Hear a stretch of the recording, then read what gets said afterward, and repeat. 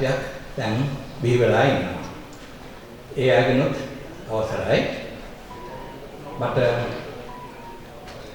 අද දුන්න ඉතාමත් සතුටුදායක දවසක්. ඇයි එහෙම වෙන්න හේතුව මම එක්සත් ජනපදයේ සෙන්ට් ලුයිස් ගම්මානේ නගරයේ තමයි මම ජීවත් වෙන්නේ. දැන් අවුරුදු 40කටත් එහා. එතකොට මට අවස්ථාවක් ලැබුණා මේ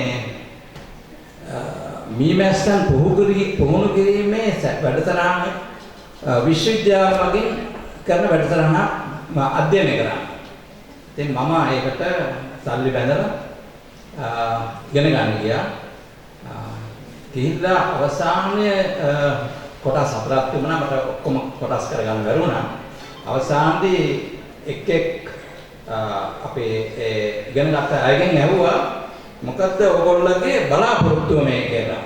ඒ කියන්නේ අපිට කියන්නේ මහාචාර්ය මට මතක නැහැ ඒ නෝනාගේ නම. ඒ නෝනා දුවයි එක්කනක දැන් ඔයගොල්ලෝ ඉගෙන ගන්නනේ මොකද්ද ඔයගොල්ලෝ බලාපොරොත්තු වෙන්නේ කියලා.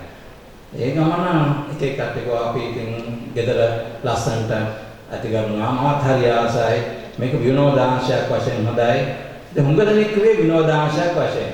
මම සෙන්සුරාදේට මේවා වැඩ කරනවා මගේ ළමයින්ටත් ගන්නවා කියලා කිව්වා. ඉතින් දැන් මගේ අවස්ථාව ලැබුණා.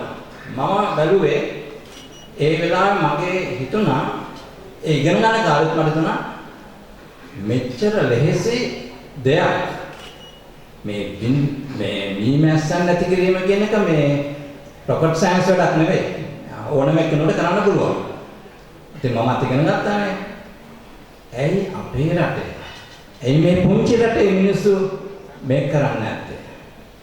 පස්සේ මම බැලුවා බලනකම් ඒක මගේ හිතේ බැලුවොත් මෙච්චර දේවල් කරන්න තිබිලා අපි පිට රටෙන් මේ පැනේ ආනයන කරනවා.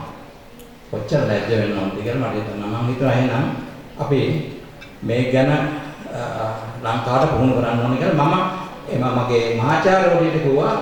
එයා කොහෙද කියලා මම කතා කරනකොට මම කිව්වා ශ්‍රී ලංකාව කියලා. ඉතින් එයා දන්නේ නැහැ ශ්‍රී ලංකාව කොහෙද කියලා. ඉතින් මම කිව්වා මෙහෙම දකුණු ඉන්දියාවේ පුංචි දූපතක්. හරි. එහෙම පුංචි දූපතක් නම් වඩාත් හොඳයි. මම හිතන්නේ ඉන්දියාව කිට්ටුව නම් ඉතින් එයාගේ ග්‍රීෂ්ම කලාපය ඊමේල්ස් ඕන තරම් නැති. ඇයි ඔයගොල්ලෝ කරන්නේ නැත්තේ කියලා. ඉතින් මට කිව්වා ඉතින් කොහොම හරි ගෙනුන්නේ නැහැ. අපි මම බලාපොරොත්තු වෙනවා මගේ මේ ඉගෙනගත දේ මම අපේ ලාංකික ජනතාවට මේක පුහුණුවක් දීලා ව්‍යවසායකයන් කිරීම තමයි ඊළාට මගේ බලාපොරොත්තු වෙනවා. අතන හිටිය හොඳ දෙනෙක් ව්‍යවසායකයන් එක්කෙනෙක් දෙන්නෙක් හිටියා ඒ කටේටන් ටිකක් ඈත ඉඳන් ආවේ. විශේෂයෙන් ගම්බද කට්ටිය තමයි ආවේ. නගර බදෙන් ටික දෙනෙක් හිටියා. ඒ ආරෙන්නයි. පස්සේ ගමන මේ මම කතා කරලා බලලා මම කතා කරලා මම කිව්වා මේනම් මේ අපේ ඒ මහාචාර්යවරුන්ට කිව්වා මම මේක පටන් ගන්නවා. හරි හොඳ වැඩක් ඒක කරන්න ඕගොල්ලෝ ඇයි මෙච්චර කල් පරක්කුනේ කියලා. ඉතින් මම දැන් මාස එකමාරකට වගේ ඉස්සෙල්ලා ලංකාවට වෙන්නේ. ඒ වුණත් ඉස්සෙල්ලා මම එතෙන්ට ගිහිල්ලා ඒ මහත්මිය හම්බුලා කතා කරලා ඒ කියන්නේ එම් නෝනා කිව්වා ඉතින් මොනවද අඩුපාඩු කියලා. මම කිව්වා ඉතින් පොඩි මේ ඉතිසලම්බෑගේ ප්‍රශ්න අරගෙන ඒක අපිටත් තියෙනවානේ.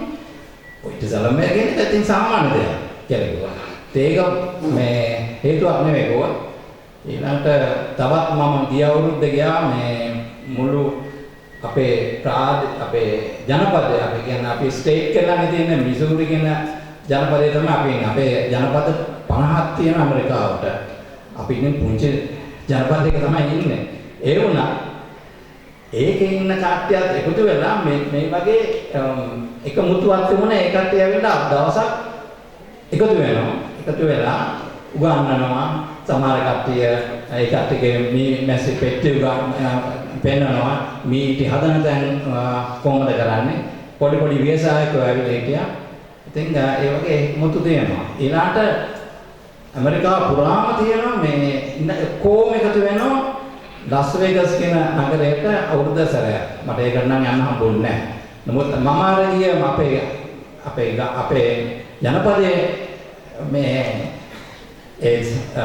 මේ එකතු වෙච්ච තැනට ගිහිල්ලා උගා දේවල් ඉගෙන ගත්තා. එතෙන්දී පරවන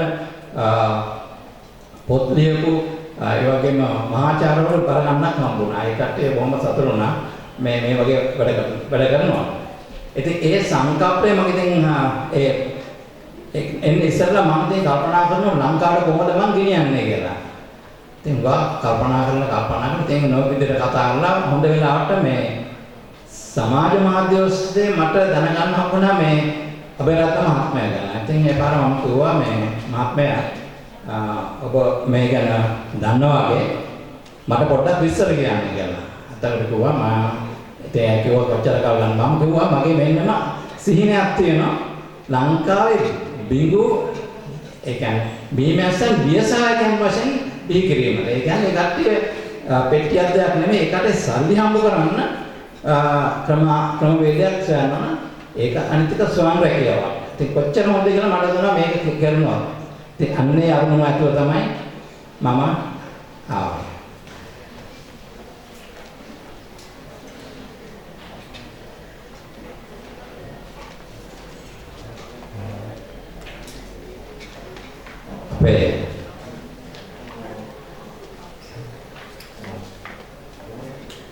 අපේ ස්වාමීන් වහන්සේ පැමිණියේ තාමත් ඈත ඉඳලා මේ ගලෙන් බිඳුරු ගාව ඉඳලා ඊයේ මං හිතන්නේ රෑ 1 2කට තමයි වැඩියේ තමයි ගමන් ගත්තේ ඒ ස්වාමීන් වහන්සේ අසනීපත් වෙලා ඒ ස්වාමීන් වහන්සේත් මේක බලන්න ඕනේ කියලා හුඟක් වෙලාවට කිව්වා.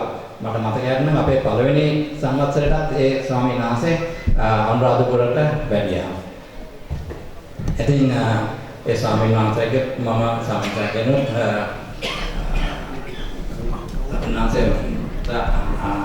අවසරයි